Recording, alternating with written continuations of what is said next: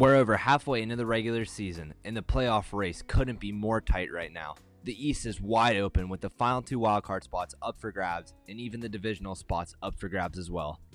In this video, I'm going to deep dive both conferences and let you know who I think is going to make the playoffs. Now let's go ahead and start off with the East. Let's go ahead and look at the Atlantic Division first. Atop the Atlantic Division, we have the Boston Bruins, Florida Panthers, and Toronto Maple Leafs. And then, in the two wildcard spots are currently the Detroit Red Wings and the Tampa Bay Lightning. And the Montreal Canadiens, Buffalo Sabres, and Ottawa Senators are all the bottom feeders in the division and the Eastern Conference. Boston and Florida seem like absolute locks to make the playoffs right now, sitting at 61 points and 57 points respectively. But then if you look at the Toronto Maple Leafs, Detroit Red Wings, and Tampa Bay Lightning, only 1 point separates them or 0 points separate them in the standings. But if we're going to talk about the East as a whole, we got to talk about the Metro as well. The New York Rangers, Philadelphia Flyers, and Carolina Hurricanes all lead the division right now. Currently, the Pittsburgh Penguins, New York Islanders, New Jersey Devils, and Washington Capitals, and the Columbus Blue Jackets are all out of a playoff spot from the Metro.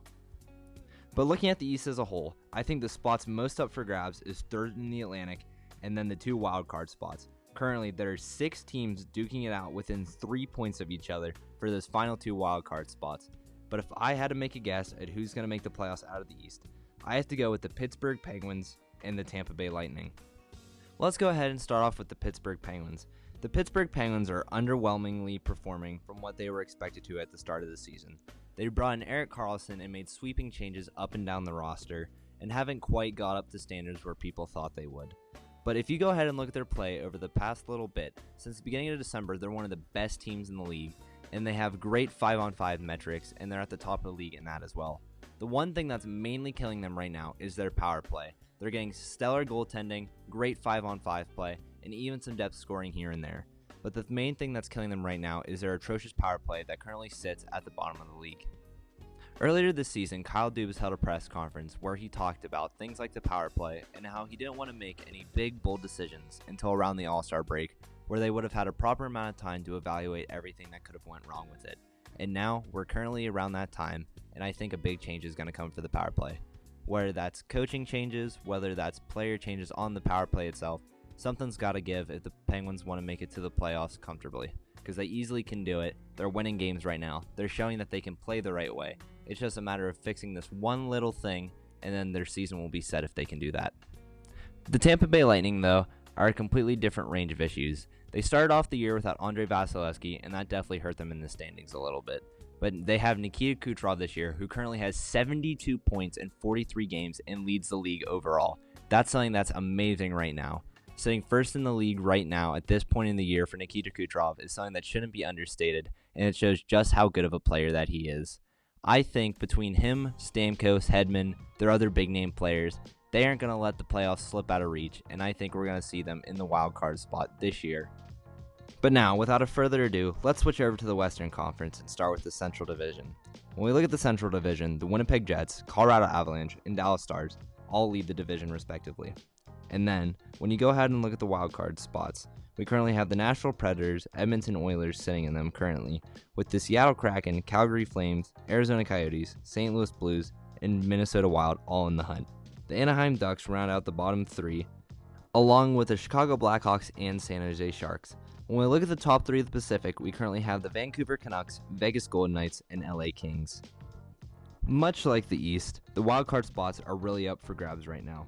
Currently, the Nashville Predators have 49 points, Edmonton Oilers and the Seattle Kraken both have 47, the Calgary Flames have 45, the Arizona Coyotes have 44, as well as the St. Louis Blues, with the Minnesota Wild being behind all of them with 41 points currently.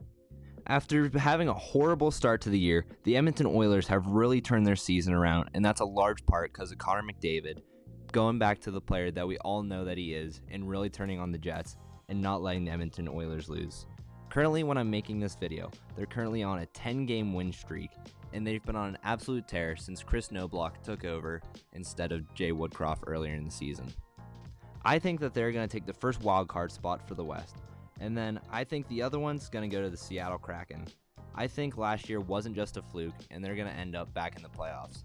Currently, a large part of their success that they're having is because of Joey Daccord absolutely becoming an absolute all-star this year and being absolutely amazing for the team.